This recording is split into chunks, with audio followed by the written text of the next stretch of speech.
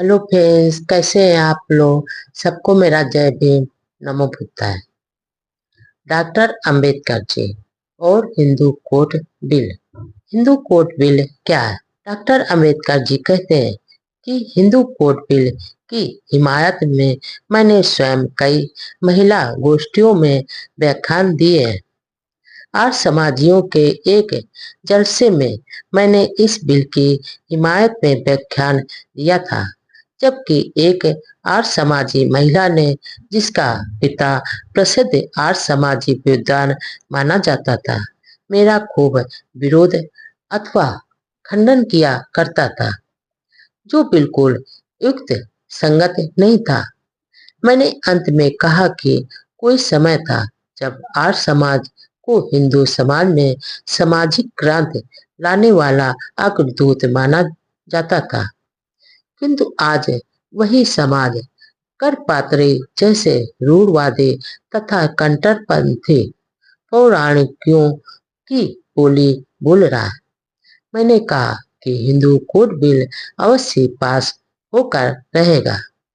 Hindu code bill जबरदस्ती किसी भी विवाहित को तलाक देने के लिए मजबूर नहीं करता, किंतु यदि पत्नी पर अत्याचार हो रहा हो और उसका पति दूसरी शौत उसके मुकाबले में ला रहा हो, तो उसे ऐसे पति से छुटकारा पाने के लिए तलाक और विवाह विच्छेद का कोई कानूनी बंधन होना निहत जरूरी है।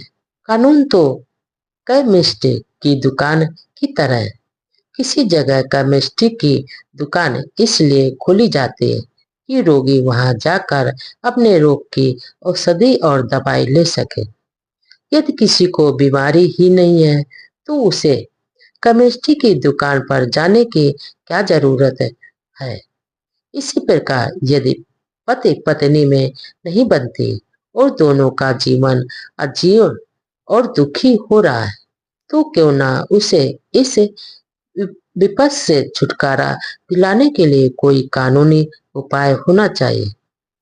यदि पति पत्नी का परस्पर प्रेम है और उनकी आपस में खटपट नहीं होती है, तो कोई भी कानून उन्हें तलाक और विवाह विच्छेद कराने के लिए मजबूर नहीं करता और ना ही उसे उकसाता है।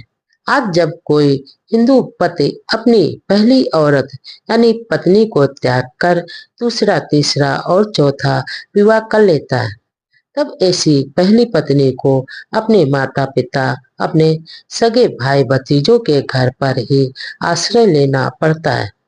वह बेचारे इस वर्तमान स्थिति में अपने ऐसे पति से तलाक नहीं ले सकते, दूसरा विवाह भी नहीं कर सकती है।